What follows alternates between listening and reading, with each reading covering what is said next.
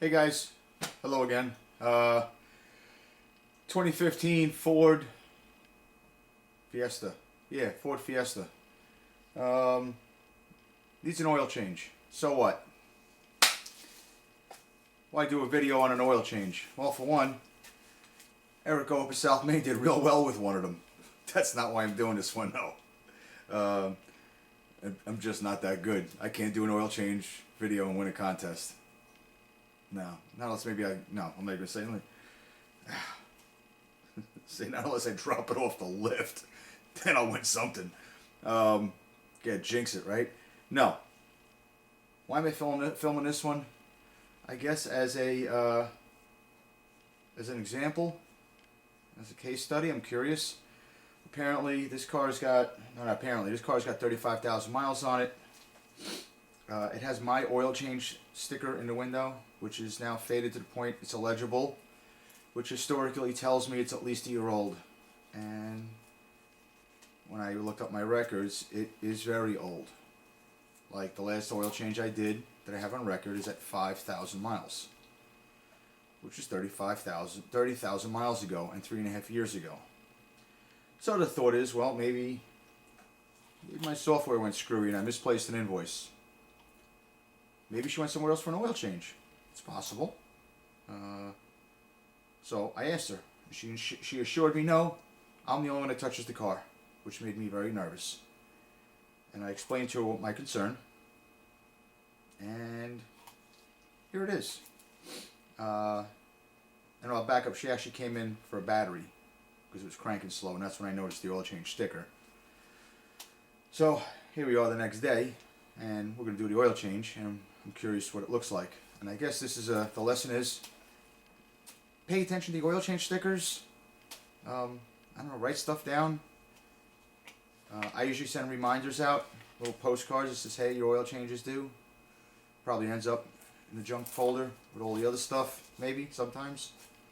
I do the best I can. I put a sticker in the window, I write out an oil change card, I mail it out when it's due.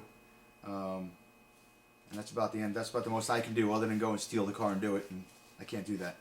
So for the car owners, the customer end of this, pay attention.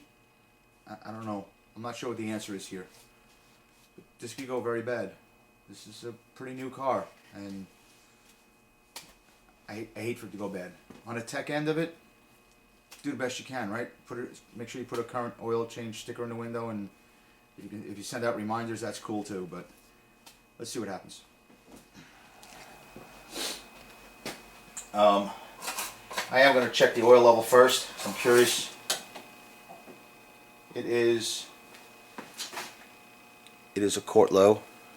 If you can see that, it's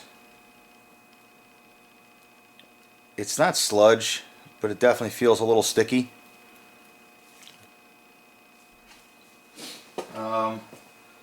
Took the oil cap off and give it a little.